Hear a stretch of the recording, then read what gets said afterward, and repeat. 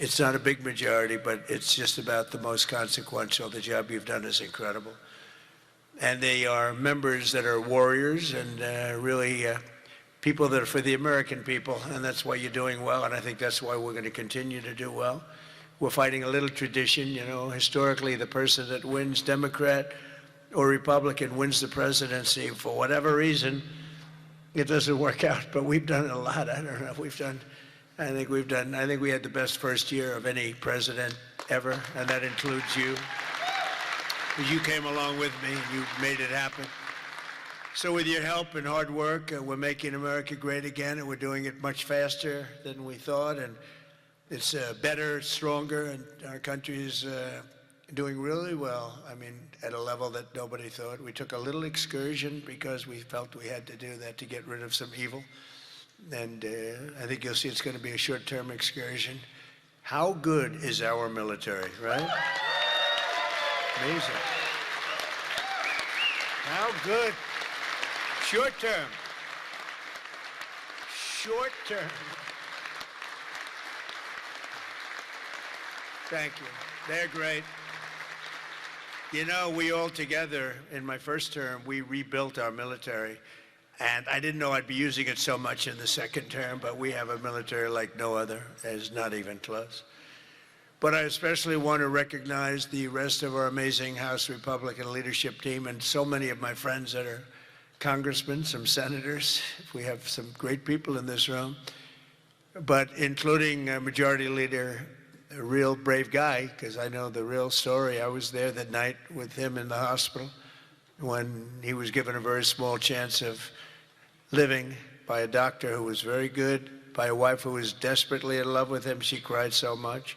Because I've seen the other two. I've seen guys at the end of the line, the wives aren't exactly shaken up.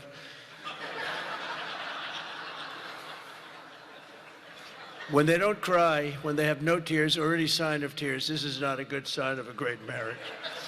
But he must have a great marriage, because she was just devastated. She was going to lose her guy. But it worked out that the doctor said more blood was put into him than he's ever seen. He was in big trouble. I looked at him that night and I said goodbye to him, but he made it. He was brave, and look at the way he fought back from so many different things. Steve Scalise.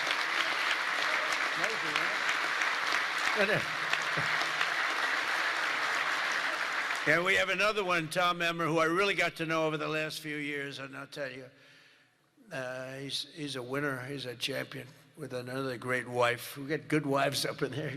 Let's say great wife, fine husband. But Tom is just a real champion and a winner, and you have a problem, you go to him, he gets it solved. So thank you very much. Great job. You've done a great job. And our conference chairwoman is Lisa McLean, and we all know Lisa. Don't get on her wrong side. It can be a very, very bad experience. Thank you very much. Great job, Lisa. Great job. And a very special thanks. You know, you broke a record. This is over 20 million. This is it's the biggest of these type of events that there's ever been, by a lot. You know, you didn't just break it, you broke it by a lot. So I want to congratulate you. But there's just great spirit. The Republican Party has fantastic spirit. The level, I don't think, has been seen before. I really don't. We have to get a couple of people on board, which, you know, at least one case is virtually impossible. I wonder who that might be. A sick person. But I want to say a very special thanks to everyone at the Congressional Institute for helping organize this event. This has been amazing.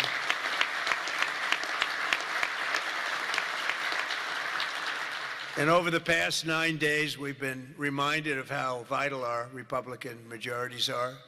And it's, you know, it's America's future. We're really fighting because these people, you saw the other night at the State of the Union, you saw these people. They wouldn't stand for a mother who just lost her daughter by having her throat slit from behind. They wouldn't stand for the helicopter pilot who just got the Congressional Medal of Honor for landing safely in Venezuela, a helicopter with a lot of soldiers on that helicopter. And he was able to land it safely, and his leg was practically ripped off. And for those people that know about helicopters, you land them pretty much with your legs, right, Tom? You land him with the legs, and he was in bad shape, and he got that. Not only he landed in exactly the right spot at exactly as blood was pouring down the aisle, which didn't make all of those soldiers in the back feel too good. They're looking at a pilot who's bleeding out. But they didn't want to stand for that. They didn't want to stand for a 100-year-old soldier who had left a legacy of bravery. Everybody talked about it for years, and it was time for him to get the Congressional Medal of Honor. They didn't want to stand for him. There's something wrong with those people, and we can't let them ever be in a position where they can lead this country again or destroy this country again, because we almost lost this country. This country was close to being lost. The representatives in this room provided the pivotal votes in securing a record $1 trillion for the United States military this year, and now the world is witnessing the importance of that investment with one of the most complex and stunning operations ever conducted, and that's Operation Epic Fury. That's a great name, isn't it? Epic Fury. That's even better than Midnight Hammer, which was pretty good too, right? That was where we knocked out their nuclear potential. That was a big day, because if we didn't do that, they would have had a nuclear weapon within 2 weeks. And I think we'd be in a lot different situation. And then you had, of course, what they did in Venezuela, how that was just so far so good. We've done a real job. We've got all good ones. If you go back and you look at Afghanistan with Biden, one of the worst, I think the most embarrassing moment in the history of our country. If you look at what happened with Jimmy Carter, also with Iran, but if you look at what happened with the helicopters and the hostages, it cost them the election. It was what a mess. The world respects us right now more than they have ever respected us before. And because of Republicans, you people in Congress, the United States has by far the strongest and most powerful military on the face of the earth. We're the strongest military anywhere in the earth, and now everybody understands it. Together with our Israeli partners, we're crushing the enemy in an overwhelming display of technical skill and military force. Iran's drone and missile capability is being utterly demolished. The Navy is gone. It's all lying at the bottom of the ocean. 46 ships, can you believe it? In fact, I got a little upset with our people. I said, what quality of ship? Excellent, sir. Top of the line. I said, why did we just capture the ship? We could have used it. Why did we sink them? They said, it's more fun to sink them. I said,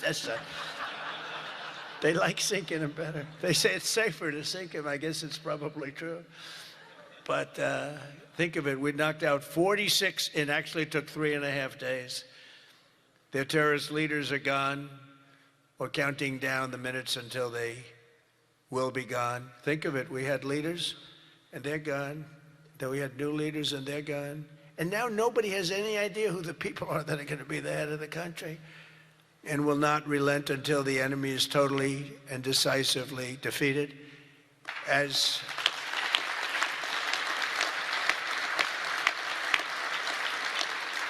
And remember, Iran did so many bad things.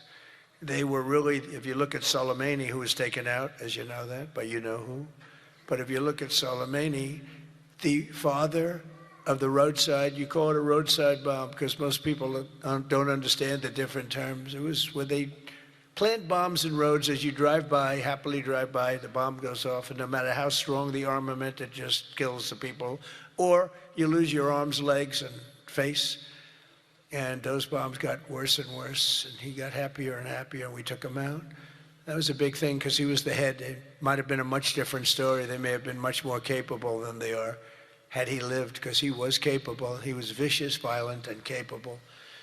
But we got rid of him first term, and we did so many things. I mean, we've done so many things, but as you know, on Saturday, I traveled to Dover Air Force Base to be with the families of 6 fallen warriors as they returned to American soil. And I know that everyone in this room joins me in sending our prayers and eternal gratitude to the families of those great heroes. Those families are incredible families, devastating to be. Hardest thing to do, you know, I've done it a lot. The hardest thing to do is to go to Dover, because Dover is where, for the most part, a lot of the fallen, the warriors, the great young people that have died in war, they seem to mostly go to Dover. They come home to Dover. Dover does a great job of handling things. They have men assigned to the family. They have men and women that are incredible, assigned to the families. It's a beautiful thing, but it's also a very sad thing. But they all said one thing to me: make sure you win, sir. Make sure you win. They weren't playing games. They want to make sure. They said it. Everybody said it. They were separate, but everybody said the same thing: make sure you win. We will. We've already won in many ways, but we haven't won enough. We go forward more determined than ever to achieve ultimate victory that will end this long-running danger once and for all. 47 years, it should have been done a long time ago. The world would have been a different place had some president had the courage to go and do it. They should have done it many, many times. They had many opportunities. The United States of America is the greatest and most exceptional nation in human history, and will not be threatened by evil terrorists and lunatics any longer. We just can't do that. And, you know, when I always talk about how great our nation is, I don't know. I don't consider our nation very great for 4 years under Biden. We were a laughingstock all over the world. We were a laughingstock. So, you know, I say great, great, great, but I don't know. When you look at what happened with so many different things, the open border, 25 million people, many of them very bad people pouring into our country with open borders that just said, come on in, makes no difference. They emptied their jails into our country. 11,888 murders, 50% of which murdered more than one person. The drug dealers came in, the mentally insane came in, they emptied their mental institutions, they emptied their insane asylum. That's a step above a mental institution.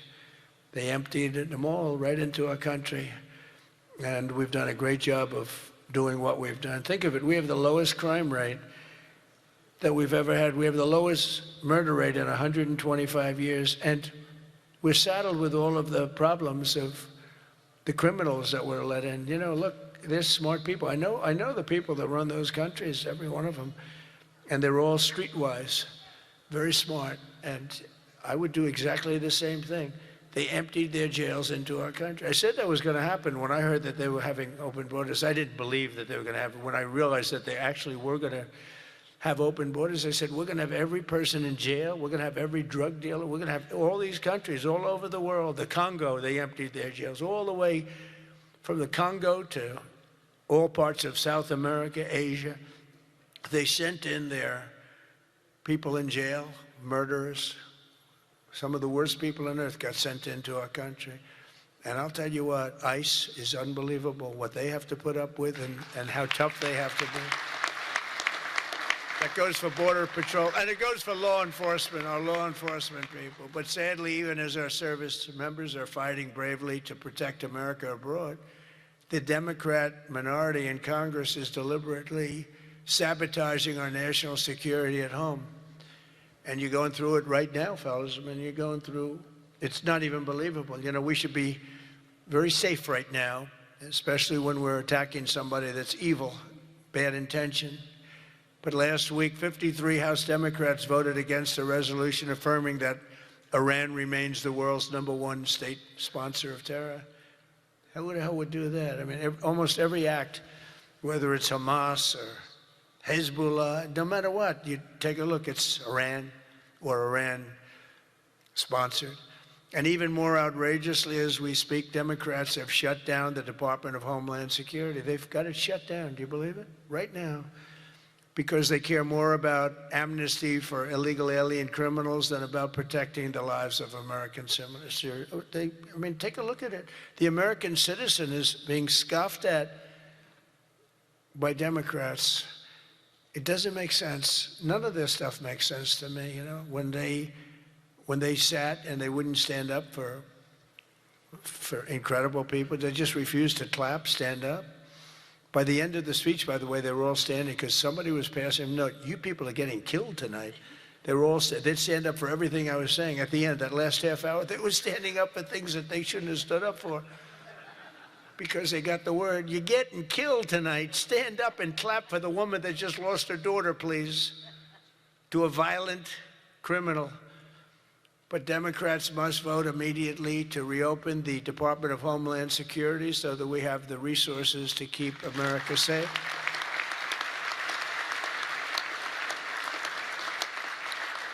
And under our pro-America, pro-worker, pro-family agenda, our country is winning again and America is respected again. And I think we have a country that's as hot as it's ever been, ever before, maybe hotter. And I say it all the time. The king of Saudi Arabia said it to me better than anybody could say it. He said, you know, I get along with him very well, very smart person. He said, you know, a year and a half ago, your country was dead, absolutely dead. We never thought it was coming back. And now you have the hottest country anywhere in the world. It's true. We're the hottest country anywhere in the world, by far. And that's before we showed off our military strength with Venezuela and now with Iran. You know, Iran was supposed to be this big, powerful country. We wrapped the hell out of them. And, you know, I don't know when they cry uncle, but they should have cried it 2 days ago, right? But they don't have anything left. In our country, inflation is plummeting. Incomes are rising. The economy is surging. Our border is the most secure at any time in American history. And the murder rate is the lowest in 125 years. That's before my father was born. My father was born 6 years later than that. I don't know if he'd like me to say that. Never liked to talk about his age. He said, don't talk about that. But think about 125 years ago, 1900, the year 1900. The stock market has set 53 all-time record highs since the election. And it's going to go a lot higher as soon as we get rid of this stuff that we're doing right now, that we really had no choice. I mean, I think I asked people, I said, would you rather do this or would you rather go along nice and smoothly, but eventually have a catastrophe the likes of which perhaps the world has never seen? And just about everybody says, except for lunatics, said, no, you had to get it done. Should have been done a long time ago. The average 401k is up almost $35,000. Think of that. It's at the best they've ever done. And I think you're going to see some real numbers when this gets, because this was always a dark cloud hanging over not only Israel, which was going to get wiped out. You know, if we didn't do that B-2 attack, Israel would have been wiped out. They would have had a nuclear weapon within 2 weeks after that. And even now, I think they were looking to take over the Middle East, because when you look, and we have pretty good proof, all of those missiles that were so stupidly aimed at Qatar, Saudi Arabia, UAE, they were all aimed, and others, at countries that were sort of like, leave us alone. They were all right. They were sort of neutral, but they weren't doing it. All of a sudden, they're getting hit with missiles. And they could have gone one of two ways. They could have gone toward their side, like we're with you, or they could have gone with our side, and they really went with our side, and they've helped us, and they've been a big force. But they got hit. But they were going to be hit with us. Had we not done the B-2 raid, and have we not done this one where we said, nope, it's time to go in, we have to go in, have no choice. Number one, if we didn't go in, they would have come in after us, because I see the Democrats trying to justify it, and they're failing because the voter on the street is saying, you've got to be kidding. But I see where they're going, where they're always saying, no, there was no reason. Well, I'll give you the best reason of all. Within a week, they were going to attack us 100%. They were ready. They had all these missiles, far more than anyone thought. And they were going to attack us. But they were going to attack all of the Middle East and Israel. And if they had a nuclear weapon, they would have used it on Israel. And this was going to be a major attack. And they had all of those missile sites and all those launchers that we got rid of, about 80% of them right now, by the way. Got rid of most of the, see it's died down to a trickle. There are very few launchers left. What our military has done is amazing. They wiped out almost 20%, maybe 22, 23%, but the rest are going very quickly. And the missiles have been largely knocked out. The drones have been knocked down, and we're hitting where they make the drones. We know them all, and we're knocking the hell out of that now, where they manufacture the drones.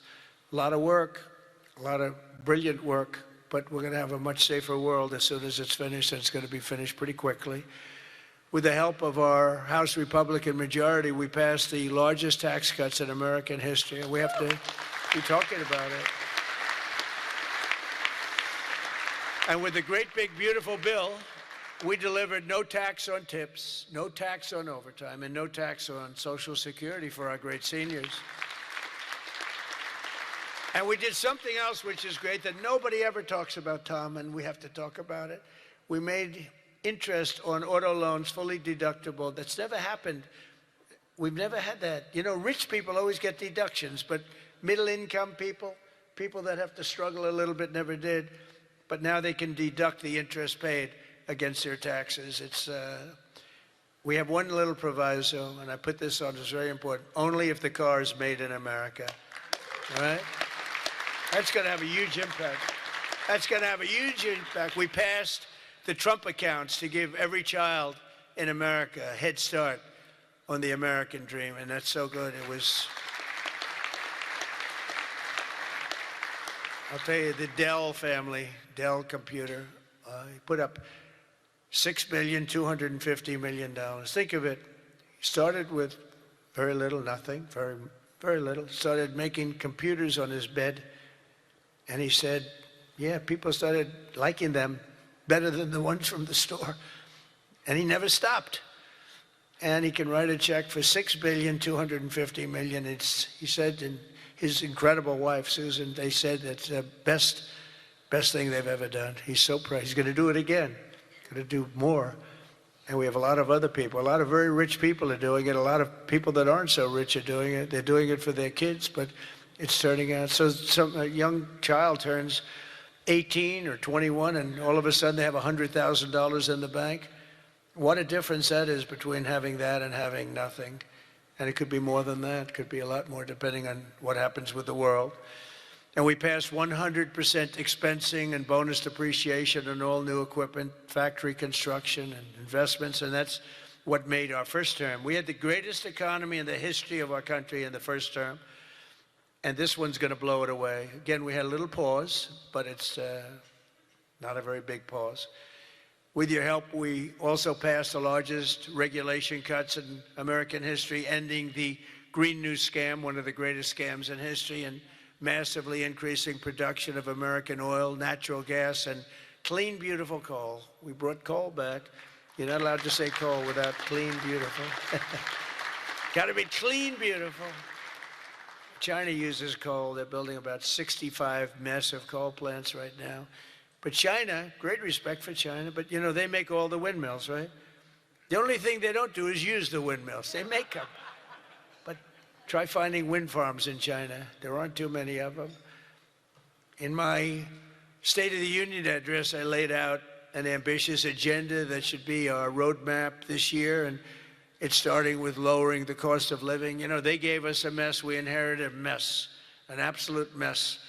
And the mess was many things. They were bad with our military. They were bad with everything. I mean, I said, name one thing that they did right. They can't name one thing. But they also gave us very high prices. And then they said the word affordability. That's the first time I ever heard it. They said affordability. My first day in office, they said affordability. They're the ones that caused the problem, but we're really bringing down prices big. Do you notice you don't hear that word anymore, Mike? They don't say it anymore because we brought down prices so much. So our message is simple. Democrats created the high prices, and our policies are totally ending them, and they're ended, and we're doing better. We're even bringing them down further.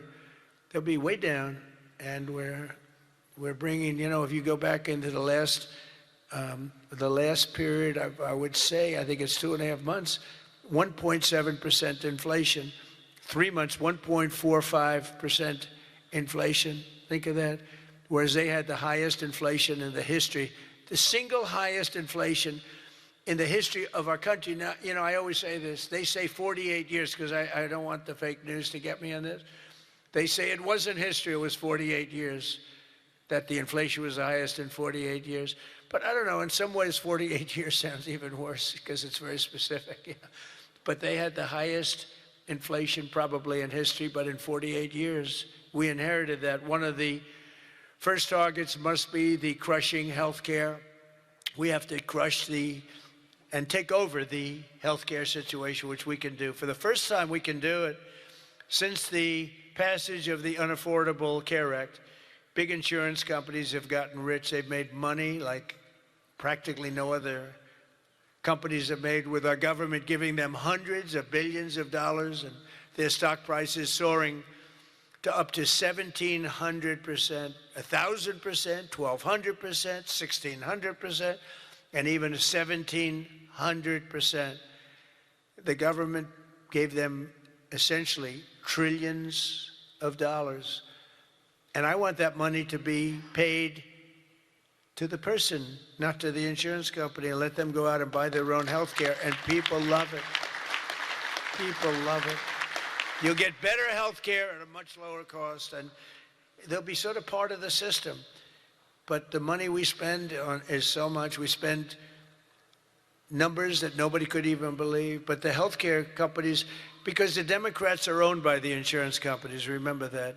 And so they have a problem. That's why it's hard to get it fixed, because they are totally owned and controlled by the by the insurance companies. Healthcare insurance, but the insurance companies themselves. So when you want to do something that's good for the people but bad for the insurance companies, it's very, very hard for them to go in a different way. Now, Republicans never do that kind of thing, right? You're owned by nobody, right? Nobody. See, a young girl up here say yes. Some of them are a little bit shaky, but they're Republicans. We love them. We love them anyway, right, Mike? But they are owned by those big, powerful insurance companies that are making a fortune, and it's hard to get them to do the right thing. They know what the right thing is. So we want the money to be paid directly to the people and let the people go out and buy their own health care, and people love it. They love it. We can own the issue. For the first time ever, Republicans can own that issue. I'm also asking you to take swift action to codify my most favored nation policy on drug prices, the biggest. That alone should win the midterms. We have, and I tell this story all the time, my first term, third year, I actually had a slight, it was 0.25% decline in drug prices. First time in 28 years. I was so proud. I went home, told our great First Lady, who's now a movie star, I got the biggest, can you believe that? That movie was hot, and it is hot. She became a movie star.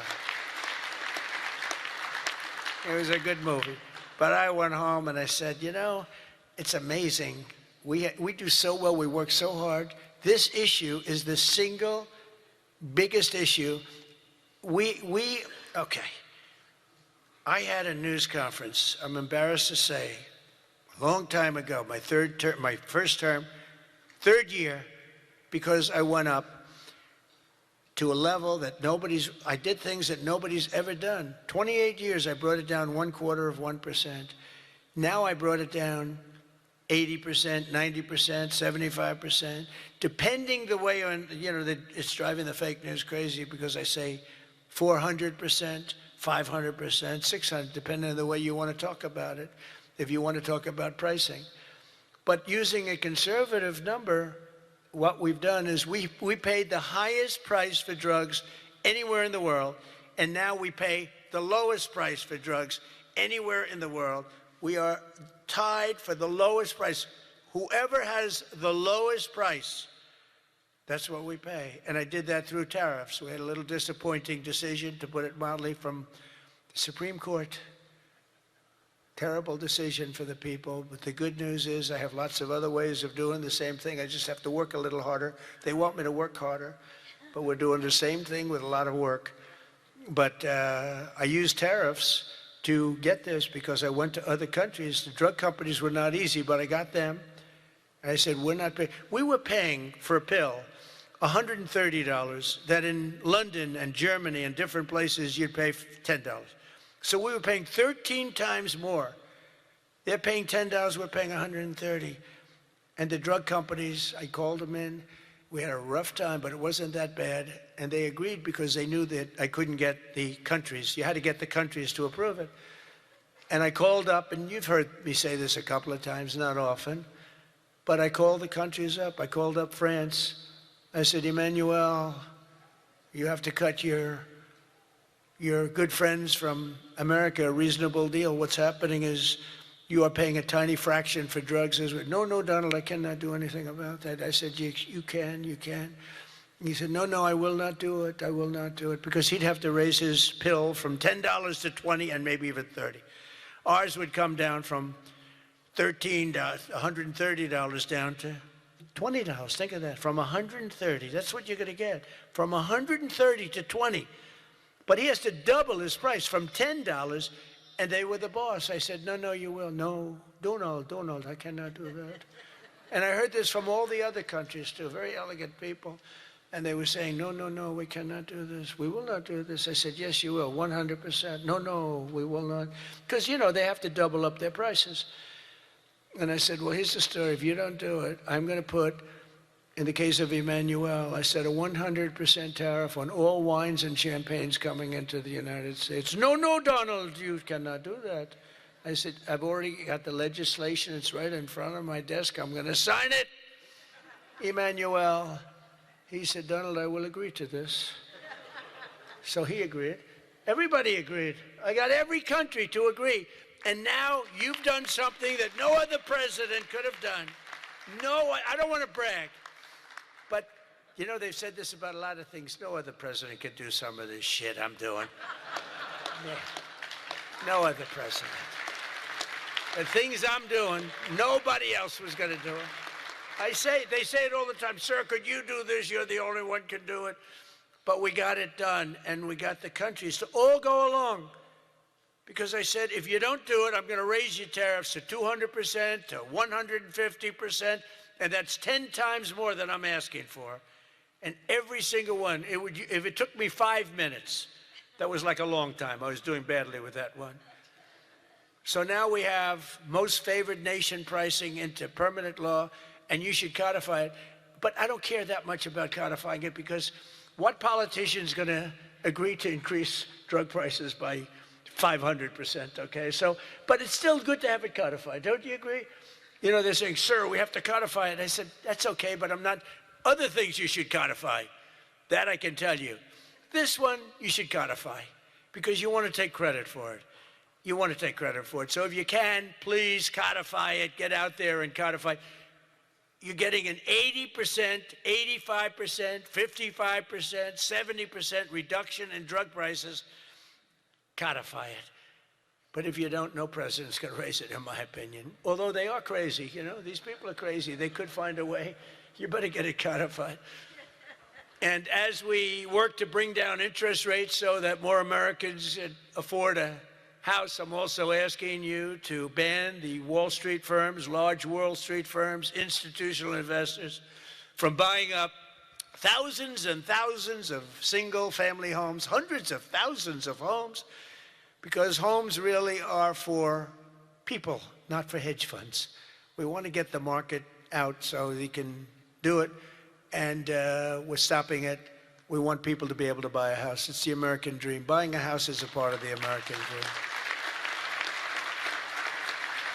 And we must also stand up for the safety of our citizens. One of my guests at the State of the Union was Anya Zarutska, the mother of beautiful 23-year-old Ukrainian girl who was stabbed to death on a train in North Carolina by a deranged criminal, arrested more than a dozen times. And I had the mother, as you know, at the State of the Union, and she was devastated.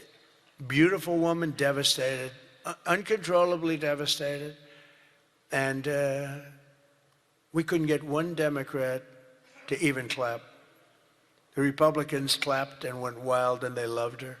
Not one Democrat in that whole room even thought about clapping. They sat there frozen-faced. Disgusting. House Republicans should get every member of Congress on record and pass a tough new crime bill that imposes harsh penalties for dangerous repeat offenders, which this nut was, cracks down on rogue judges and prosecutors, and ends no cash bail once and for all. No cash bail is a big part. I mean, you have a man murder somebody, And by that afternoon, he's out on bail, no cash bail. It's a huge problem. We also need to end deadly sanctuary cities, and you have bills before you now, and you're working on things, but hopefully you can do that, Mike, because it's terrible. They're sanctuary for criminals. That's all they are, sanctuary for criminals. They fight ICE all the time. That was the problem up in Minnesota. They had a lot of criminals in there. They wouldn't give it to us. And to stop illegal aliens who cannot even speak English from driving 18-wheel tractor trailers. They have no idea what they're reading. I wouldn't be able to do it in their countries. There's arrows, there's speed limits. They have no idea what they're reading. And in many cases, they're on drugs on top of that. We need to ban any state from granting commercial driver's licenses to illegal aliens. Have to do it. And I want to thank House Republicans for passing another common sense measure. I would think it's the easiest thing. I just told Mike. You know, you were at $19 million. I have to say this because I've never contributed. I was a huge contributor for years and years. Once I became president, I never contributed any money because the greatest thing about being president is I no longer have to contribute. Nobody ever asked me for money. They asked me for my endorsement. I've endorsed just about everybody in the room. But keep winning, right? Yeah. 124-0 this Tuesday. 124 wins, no losses. Is that good? And there were some rebels. We endorsed a few rebels, right? A few that Mike was saying, it's going to be a tough one. But we're 124-0. But as president, nobody ever asked me for money. And as president, you know, like as president, you sort of don't make campaign contributions. Right? It doesn't even. But I heard you were at $19 million today. I said, has that ever been done? No, sir, it's a record, but 20 would sound better, right, Mike? Yes. He said, I'm going to give you $1 million. It's the first time I've done that. I never did it before. I never did it before.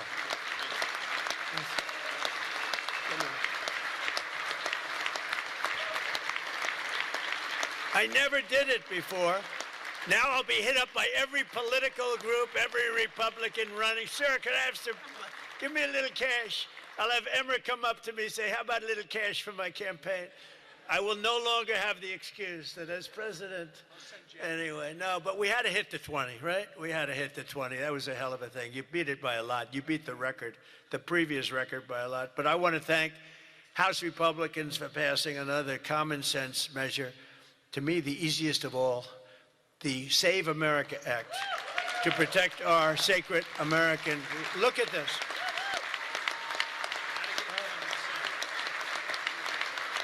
Look.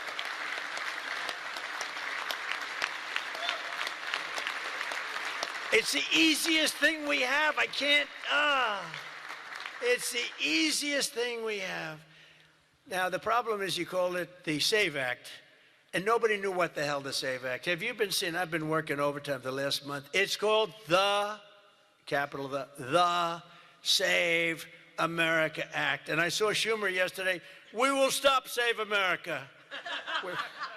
He's getting killed. They can't do it. And then the things within the Save America are so good. But just the title. So we had that with MAGA. Greatest name of all time. Make America Great Again. MAGA. It just worked. You know, I had something, Keep America Great. It was good, but it didn't have that MAGA. You know, there was nothing you could see.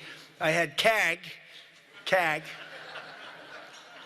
And CAG, I said, you know, no longer, that's not good. But MAGA is great, and we'll always respect MAGA. We love MAGA. We're never going to let you down with MAGA. But this one's even better if you think about it. This says, America. We're going to save America. The Save America. How can they fight us? The Save America Act. And I've watched them. I watched Schumer, who's horrible. What a horrible politician. He is now a Palestinian officially. He is registered as a Palestinian. He's taken the biggest turn of any human being I've ever seen. He's gone from totally pro-Israel to totally pro-Palestinian. He wants to protect the Iranian people that are quite nasty. But it's very simple. All voters must show the act. Voter ID. Ready? This is not complicated. Voter identification. Now, I have a whole list, but I don't want to put, I have like hundreds of things on the list. If you go shopping, if you do this, if you buy a car, if you license a car, if you point to everything you need to have identification. So all voters have to show identification, ID. All voters must show proof of citizenship in order to vote. So you have ID and you have citizenship. So far, good. No mail-in ballots except for illness, disability, military, or travel. Mail-in ballots are a disaster. Jimmy Carter, the best thing he ever did, he headed a commission after he was president. It was the single best thing, and he did a thing on mail-in ballots. He said mail-in ballots should not be allowed because they are inherently dishonest. And we have seen it time and time again, and we just keep going with it. And I put that down as a top 3. Look, no mail-in. Now, you have the exceptions for the military, and I would even say foreign-based military. But for the military, for disability, for illness, and if you're traveling, you have an excuse. And I was lenient on that. But those 3 things. Then I added 2 more. These are best of, best of. These are called best of Trump. We should also add on to this bill. And so what I've asked Mike to do is to draw a new one with these few things added. And let's go for the gold. Let's not just get one like voter ID, but, it can be given to you by your daughter. Your daughter, she has to be of age, like above 6 years old, she's allowed to say. You had to see some of this stuff is so bad. They're doing everything possible because they know if we get this, they probably won't win an election for 50 years, okay? And maybe longer. And they're going to fight like hell. But boy, do they get killed. Because even the Democrats, you saw the numbers today, Democrats voted 86% that this stuff should be passed. The Democrats, with Republicans, you're at 98%.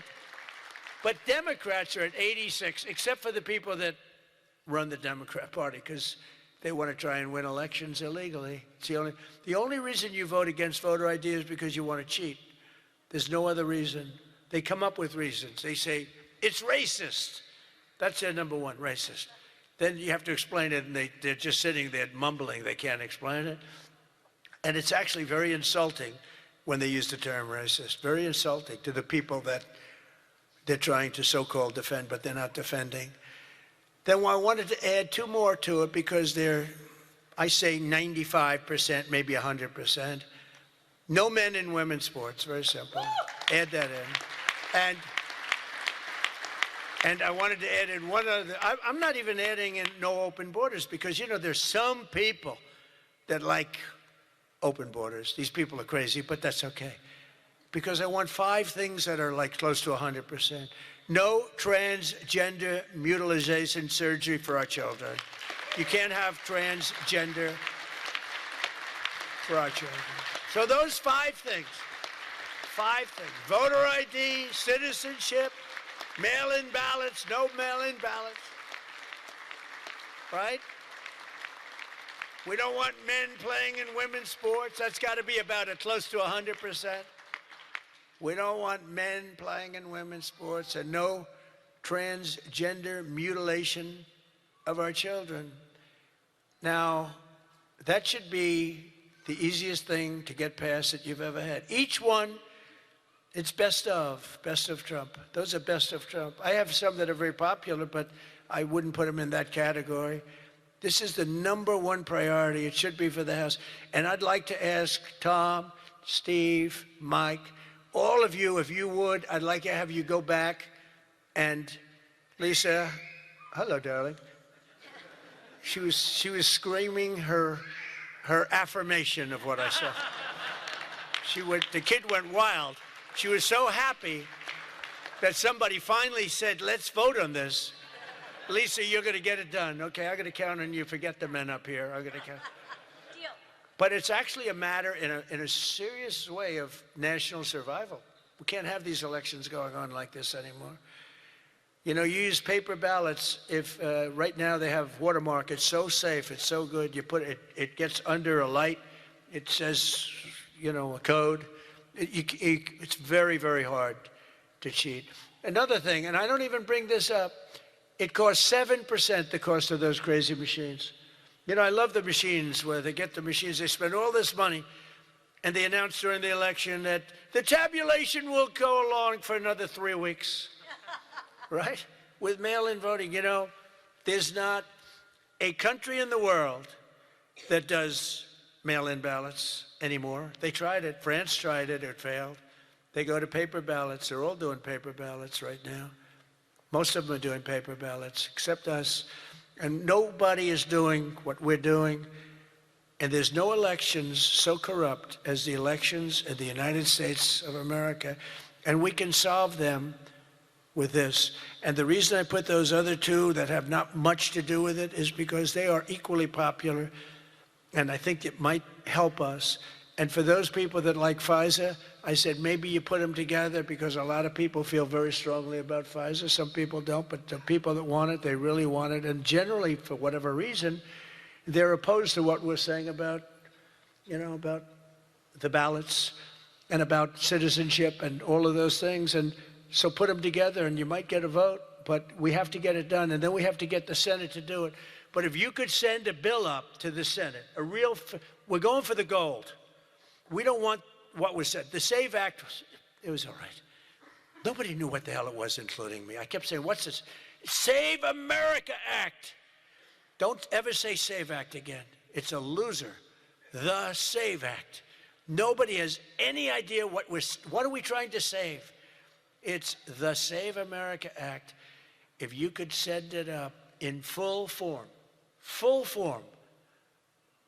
meaning just straight, we will, I think the Senate has to approve it. I really do. I think, and they're going to have to go the filibuster, and maybe it's going to be the talking filibuster like the old days. The great Jimmy Stewart, right? Remember the great movie, Jimmy Stewart? But they have to get it done, because if we don't get this done, if it takes you 6 months, I'm for not approving anything. I'm for not approving anything. I don't think we should approve anything until this is approved. And they can't win politically. Look, you have them in a corner, and they're listening to every word I'm saying, and it doesn't matter, because they can't win it politically. Because when they say, we don't want voter identification, we don't want proof of citizenship, all these things are just losers for them. And they won't be able to withstand it. Just like at the State of the Union, they started clapping at the end. I said that. And the reason, because politically, you have to stand for these great people that were being. And the word came out from people watching it on television, you guys are getting killed. And this is an even bigger example. So if I could ask the people in this room to go for the gold. We're going for the gold. We're not going for the bronze. We're not going to sign a watered-down version like has been sent up there. Let's go for the gold, and let's just not accept anything else. I'll tell you what, I'm willing to just sort of say I'm not going to sign anything until this is approved. I really am. That's how bad it is. And we're going to have to push the Senate, because you have 4 or 5 senators that are, I don't know, 4 or 5 Republican senators. You'll have to explain them to me, but we're not going to get into that. But we're going to push them to get it done, because I don't think you can politically exist if you're not going to do voter ID and these things. I don't think the people in this country will stand for it. So I'm making my biggest plea tonight. It'll make you, and I'm not doing it for this reason at all. It'll guarantee the midterms. It'll guarantee the midterms. If you don't get it, big trouble, my opinion. If you get this, your midterms, and they know it. For 2 reasons. Number 1, they won't be able to cheat. And number 2, the people are demanding it. Every time I go out, Save America, sir, Save America Act. We want the Save America Act, sir. That's all they talk about. They don't talk about housing. They don't talk about anything. That's what they talk about. And if you send it up there, you're going to win the midterms at levels that you can't even believe. And you're going to win every election for a long time until somebody really screws things up, and hopefully that won't happen. But I've never been more confident that if we keep these promises and deliver on this popular agenda, the American people will stand with us in overwhelming numbers, just as they did in 2024. I heard Mike say it's actually 78 million votes, but it was actually 86. You know, they cheated like hell on the list, but it was too big to rig. Remember? I won 3 times. First time was great. Second time, they cheated like hell. It was COVID. And their cheating was at an inspirational level. We can't let that ever happen again. And then they cheated again in the last election, but I went up. The term I used most was too big to rig. You got to go out, don't believe, because we had polls having us way up. I said, don't believe the polls. Go out and vote. Make it too big to rig. And that's what happened. A couple of races they cheated on, they got away with it. A couple of Senate races, my opinion. But we have to make it too big to rig, and that's what we did. But we shouldn't have to win an election that way. You're going to have a hard time winning elections that way. So you got to get that passed. And if we fight, we will win, and we will make our country safer and stronger and richer and greater than it ever has been before. And I want to say, very importantly, because they would like you not to say this, because this is a terrible thing in their opinion to say, God bless you and God bless America. Thank you very much, everybody. Thank you very much.